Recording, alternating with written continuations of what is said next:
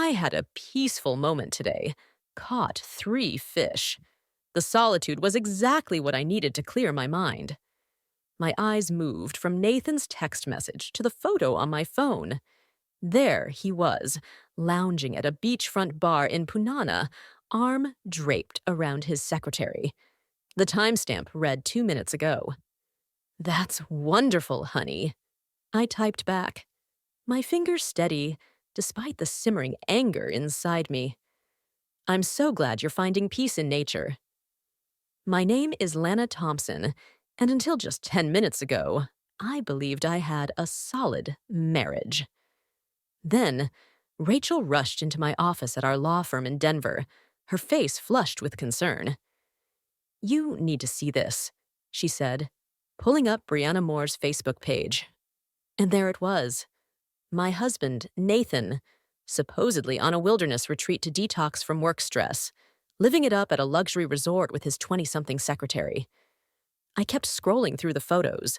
Sunset walks on the beach, candlelit dinners, stolen kisses by the pool, all time-stamped and tagged with nauseating captions like, "Finally with my true love," and "No more hiding."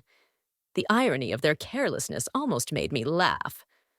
"Oh my God, Lana," Rachel whispered, reaching for my hand. "What are you going to do?" I closed my laptop slowly, years of courtroom experience keeping my face neutral.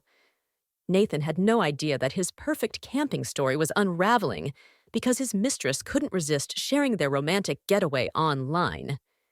He didn't know that while he was sipping cocktails and betraying our marriage, I was quietly gathering everything I needed to destroy him.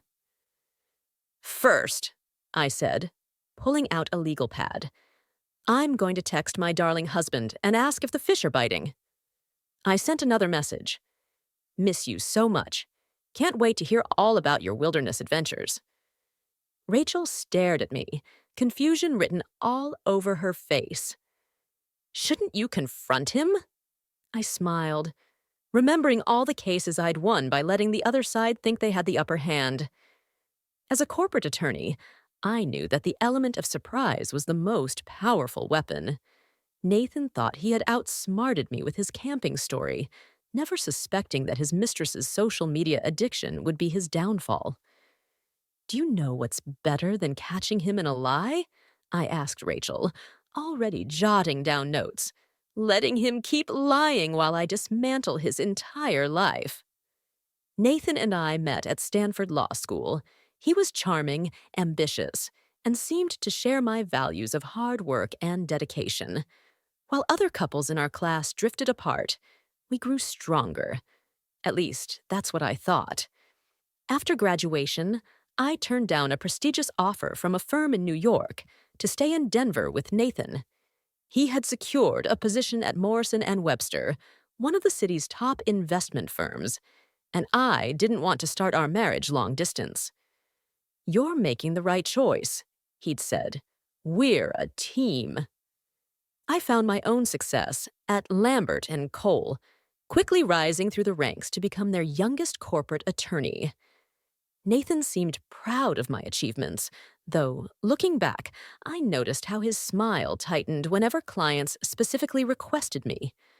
Our marriage wasn't perfect, but whose is?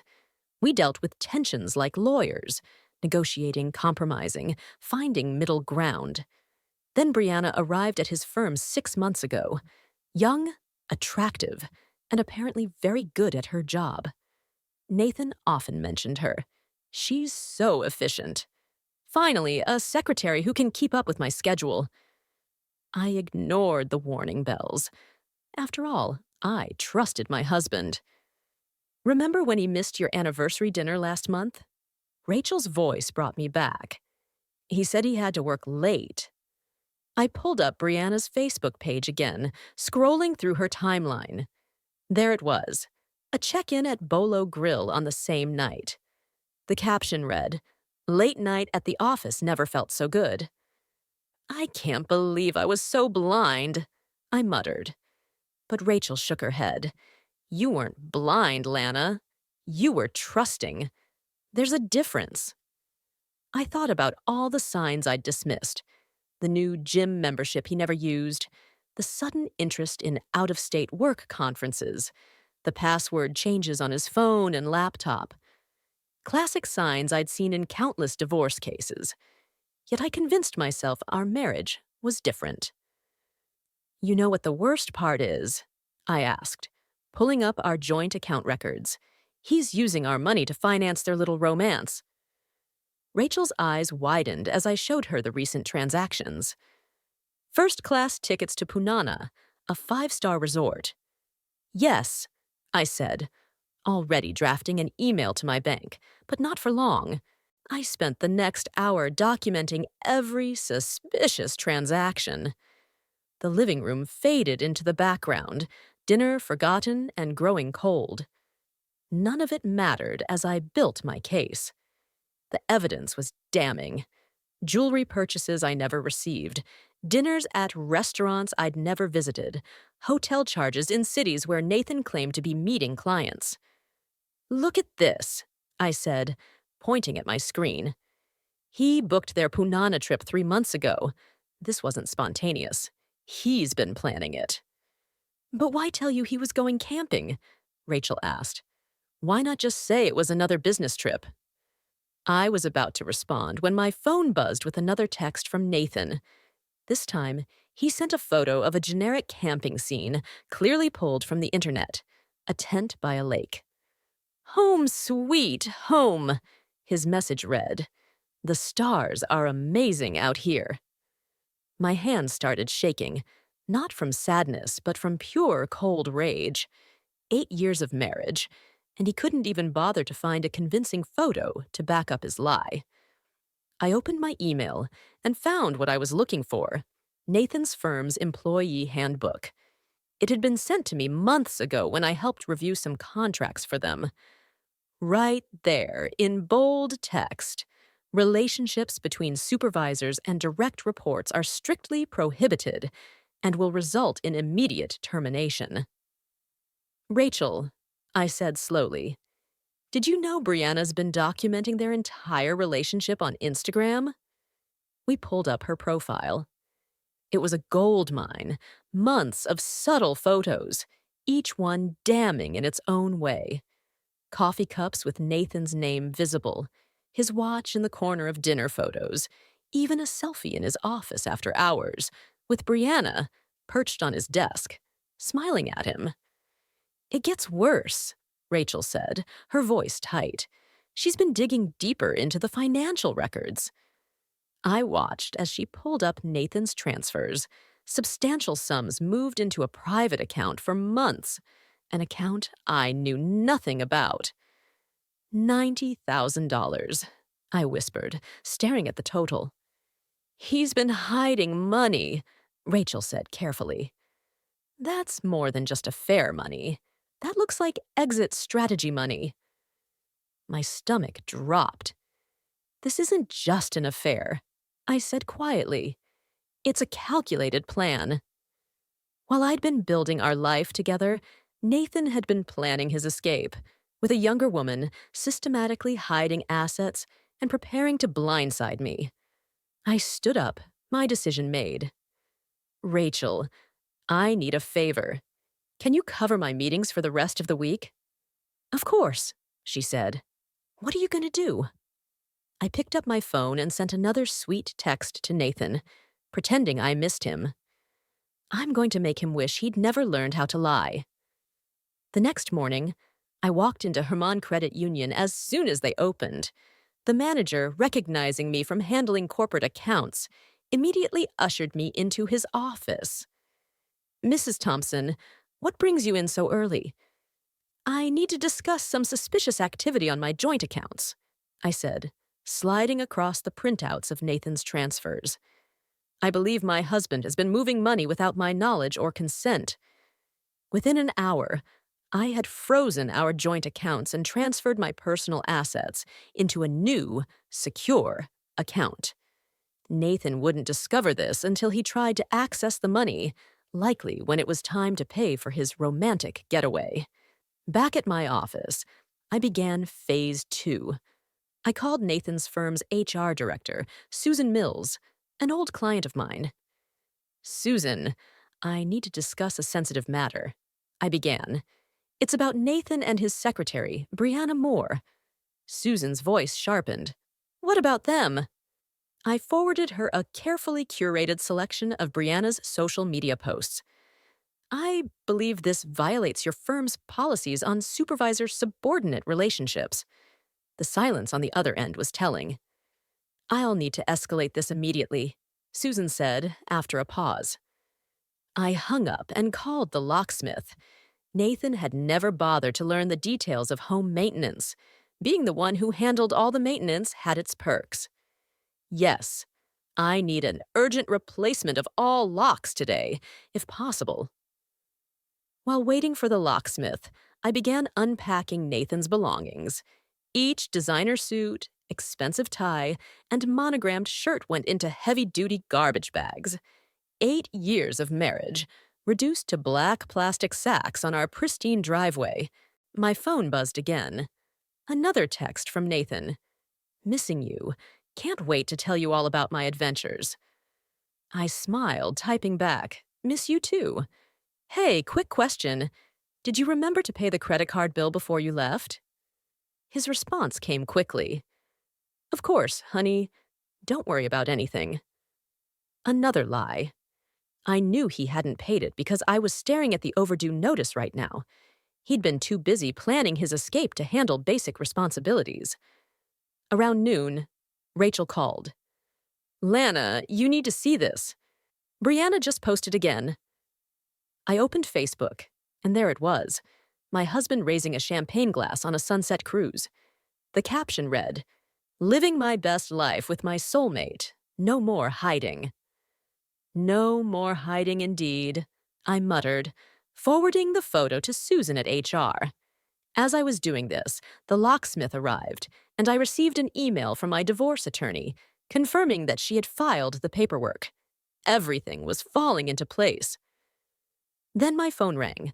Nathan's boss, James Morrison. Lana, he said, his voice grave. I assume you know why I'm calling. I can guess. We had no idea. He's been embezzling client funds to finance this affair. The photos triggered an internal audit. It's bad. I closed my eyes, processing this. How bad? Criminal charges bad. We're filing a police report. I hung up. A strange mix of vindication and nausea flooding over me. I hadn't expected this level of betrayal, but it only confirmed that I was doing the right thing. Looking at the garbage bags on my driveway, I added one final touch. A note taped to the top of the bag. Hope the camping trip was worth it. Don't forget to post pictures. I was reviewing the final draft of my divorce filing when my phone lit up with an unknown number. Something made me answer. Is this Lana Thompson? A woman's nervous voice asked. Yes, who is this? My name is Sarah. I was Brianna's roommate until last month. There's something you need to know. My heart started racing. I'm listening. This isn't the first time they've done this, Sarah said. Brianna and Nathan, they've pulled this scheme before at his last firm. I sat down heavily in my office chair. What scheme? They target wealthy executives, get compromising photos, then threaten to expose everything unless they're paid off. But this time was different. Brianna actually fell for Nathan. She broke their pattern and started posting everything online. He's furious. The room seemed to spin. I thought of the money Nathan had been moving, the client funds he had been embezzling. This wasn't just an affair. It was an elaborate con that had spiraled out of control. Why are you telling me this? Because Brianna called me crying last night. Nathan's threatening to pin everything on her. She's terrified. I hung up and immediately called James Morrison back. James, we need to talk. This goes deeper than you think. Within the hour, I was sitting in his office, laying out everything Sarah had told me. James looked physically ill. 3 other firms, he said, scanning through the evidence I had gathered. 3 other executives blackmailed. How did we miss this? Because they were careful, I replied, until Brianna went off script. My phone buzzed again. Nathan. Having dinner by the campfire. Wish you were here. I stared at his message, seeing it for what it really was. Not just a lie, but part of a calculated scheme. All those business trips, those late nights at the office. How many other cons had he run that I didn't know about? James leaned forward. Lana, we need to handle this carefully. If what you're saying is true, this is now a federal case. Wire fraud, blackmail, embezzlement. I know exactly how we need to handle it, I said, pulling out my phone. I typed a message to Nathan. Darling, there's been a problem with one of our accounts. Can you check your email? Then I sent him a carefully crafted email, one containing screenshots of his previous schemes, Brianna's social media posts, and Sarah's statement. I added one line. Guess your camping trip just got interrupted. Within minutes, my phone exploded with notifications. Nathan finally dropped his camping pretense. He called 6 times. Brianna posted a long, tearful video confession on Facebook before deleting her entire account. The house of cards was collapsing. James had already contacted the FBI. They want to meet tomorrow morning, he said. This could be huge. I nodded, feeling strangely calm. I'll be there. That evening, as I sat in my newly secured home, I received one final text from Nathan. You don't understand what you've done. I can explain everything. I smiled, thinking of all the evidence safely documented and distributed to multiple authorities. Actually, I typed back, I understand perfectly. And unlike your camping photos, I have real receipts. Then I blocked his number and poured myself a glass of wine. Tomorrow would be intense, but tonight I could savor the fact that Nathan's perfectly constructed house of lies was burning to the ground. The FBI meeting was scheduled for 9 a.m. By 8:30, the lobby of Morrison and Webster was in chaos. Nathan and Brianna had apparently tried to flee Punana separately, only to be detained at the airport by Dominican authorities. James Morrison looked like he hadn't slept. 6 clients, he said, rubbing his temples. They blackmailed 6 of our top clients. The total amount is over $2 million. I finished. The forensic accountants worked through the night, and that's just what we've found so far. Agent Phillips, a sharp-eyed woman in her 40s, spread photos across the conference table. Nathan and Brianna with different executives, all following the same pattern.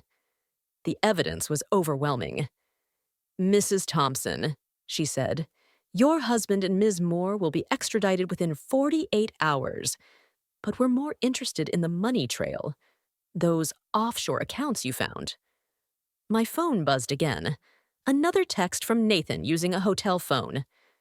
Baby, please, you're ruining everything. We can work this out. I showed the message to Agent Phillips, who nodded. Keep him talking. What out? I texted back. The affair or the felonies? You don't understand, he replied immediately. I did this for us. The money was for our future. I almost laughed. Our future? While you were planning to leave me? Who told you that? Brianna? She's lying. She means nothing.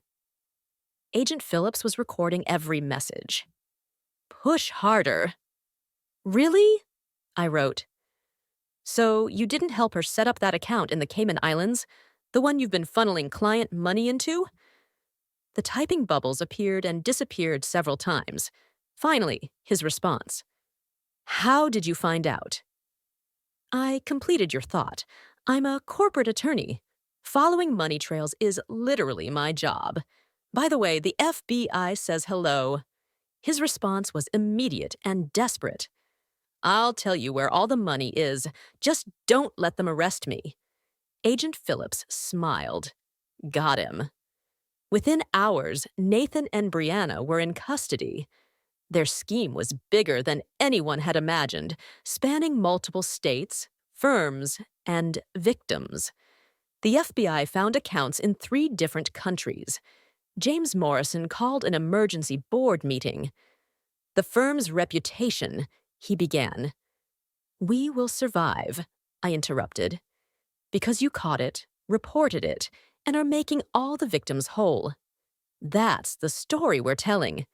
He looked at me gratefully. Lana, if you want to join us as general counsel, we'd be honored. I smiled, though I already knew my answer. I had bigger plans. Later that evening, as I sat in my home office, Rachel brought over dinner and wine. So, she said, I heard Nathan's trying to plea bargain. I nodded, offering to testify against everyone involved in their previous schemes. Apparently, there were more victims than even I had found. How are you holding up? She asked. I looked around my office, at the degrees on the wall, the case files I'd won, the life I'd built. You know what's funny? I said.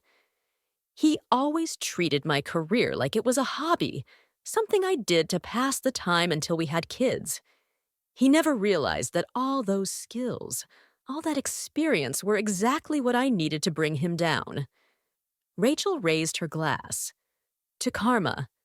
No, I corrected her, thinking of all the evidence I'd carefully gathered, all the legal strings I'd pulled, all the dominoes I'd set up before knocking them down. To justice, the kind you make happen yourself. The trial was brief. Nathan and Brianna both took plea deals. He got 8 years, she got 5.